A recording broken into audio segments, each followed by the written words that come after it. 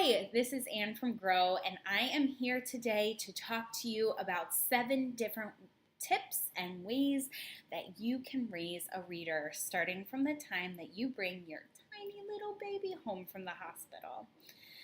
So, before I get started and dive into these juicy facts that I know you are all really excited to hear, I have a couple of tidbits I want to drop in. Okay, first tidbit is just how important reading is. When you boost reading skills, you can actually boost math skills and boost understanding of science and boost understanding of pretty much all the other topics in school. There are so many thinking skills involved in reading, and learning to read can be a big confidence booster for kids. That is a real winner. So really what I'm saying is that reading is magic. But I do want to mention that there's some urgency in this too, right? There are statistics that if your kiddo is not on grade level by 3rd grade in reading, they're 4 times less likely to graduate on time. There are so many startling facts like this. If you are startled by this fact, write "whoa" in the comments below. Because it is. It's mind-blowing and it's scary. Now, if you are the parent of a 3rd grader or a kid who's older than 3rd grade or approaching 3rd grade and they're not reading the way that you think they should be, it's okay. It doesn't mean that they're not going to graduate. It just means that you, as their advocate and their parent and their family member, needs to get intentional about who they ask for help, how often they're asking for help, and how they're advocating for your kids, because there are so many rights that you have as their family member to help them learn how to read. Okay, getting off my high horse. The last kind of big tidbit that I'm going to give you is that this is going to involve a little bit of a mindset shift. A lot of times when I say reading, people think, grown-ups think about seeing a word and then being able to say the word. I want us to shift that a little bit because that's actually the easier part of reading. The more difficult part of reading is actually constructing the understanding behind what those words mean, how those words are strung together in a sentence, how the sentences are formed together in a paragraph, and what the grand scheme of the whole meaning behind the text is. That is the tricky part of reading. You know when you're stuck kind of in a loop and you've reread the same paragraph multiple times? That's the hard part. It's not the decoding, which, P.S., decoding is knowing that C-A-T spells cat, right? Using this letter code to figure out words. It's not the decoding. The decoding is not the trickiest part. But the building understanding is. And the reason why that so excited all of my parents and family members of tiny itty-bitty children is that we have the power and the opportunity to really build these skills early, because it can happen with books with no words. It can happen with just pictures. It can happen with just listening to a book. So we really do have the power to start building reading skills from day 1. I'm really nerdily excited about it. Okay, so here are your 7 tips. Number 1, read aloud every night. Make it a routine. And the reason I say every night is that it's often a part of people's bedtime rituals. It's nice, it's calming, it's relaxing, but the important part is that it is calming and relaxing. It's happening in the same place every day. It's cushy and squishy and comfy. You have your pillows, your blankets, whatever feels good. You are there with your kiddo every night doing the same thing. That predictability, that routine is so comforting, and those moments with your kid is just what they crave all the time. It may not seem like it, but it is, I promise. And why do we do this? Because it creates positive feelings around reading, and by the time your kids are 4 or 5, their teacher's going to start asking you to read at least 20 minutes a night to your kids. And so instead of just expecting them to go from 0 to 20 minutes a night, let's start off really slowly and build up. So how do we do this? Well, if you have a squirmy wormy as a little person, then just stick with one page. Do as many as they'll tolerate. And when they are not tolerating it anymore, it's okay to close the book. You don't have to finish the book and move on. Okay? Read the books that kids are interested in. Let them choose.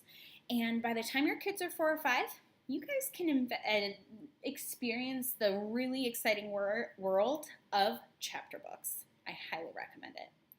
Okay, number 2, review your day. Now, this is an interesting one. And what I mean by this is that you are literally doing a recap of your day.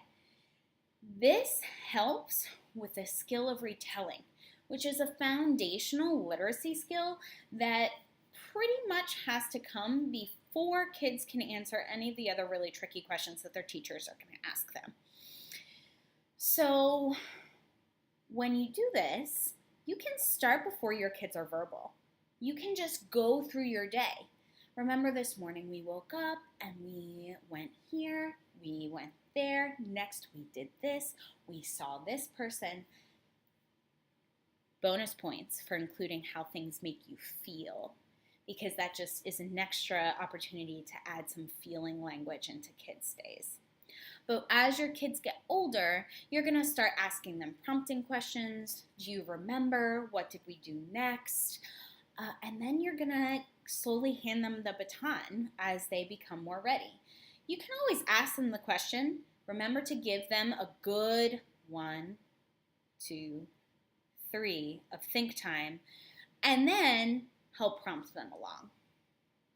Okay, your next one, number 3, is play pretend.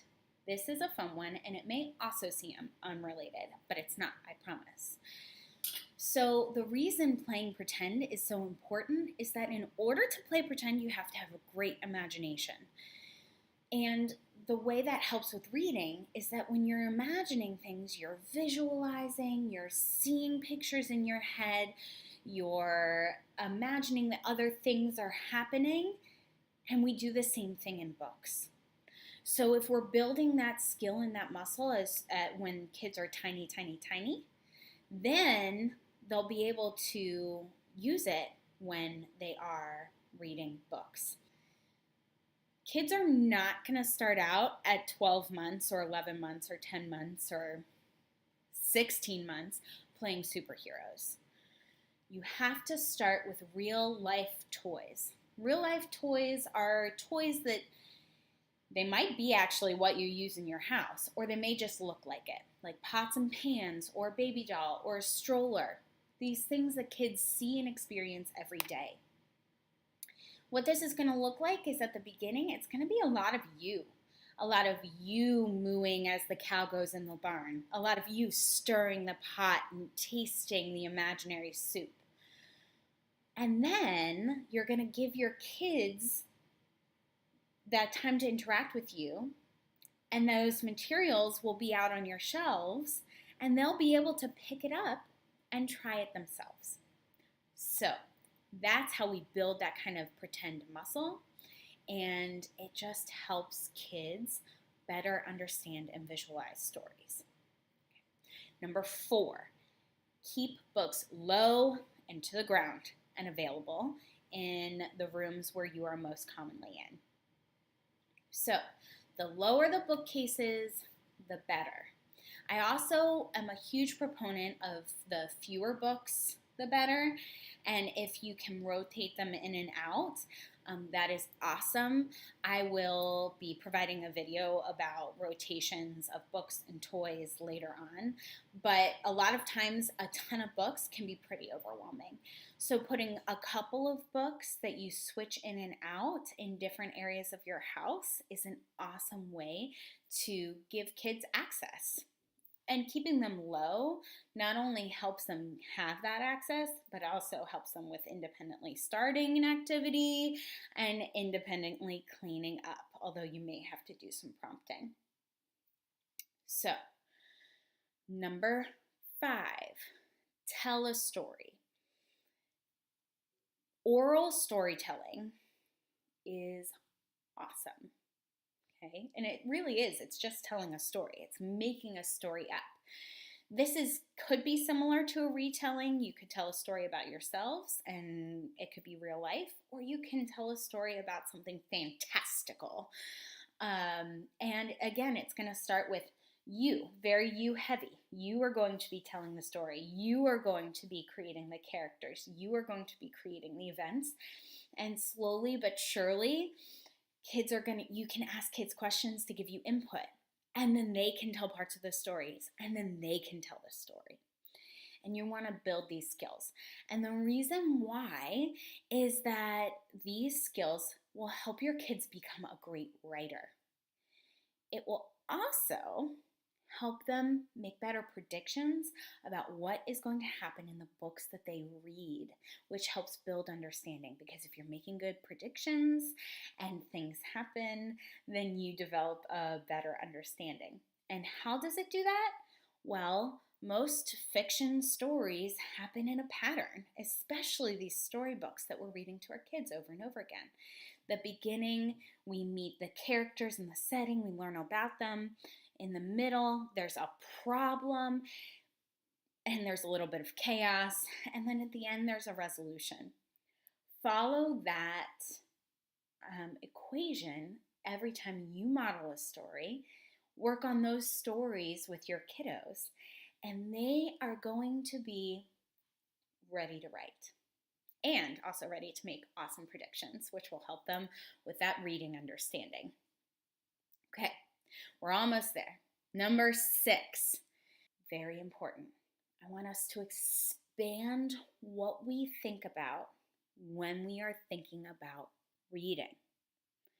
Now, what I mean is that a lot of the critical thinking skills, the really challenging thinking behind reading, can happen when we look at photographs and when we look at artwork.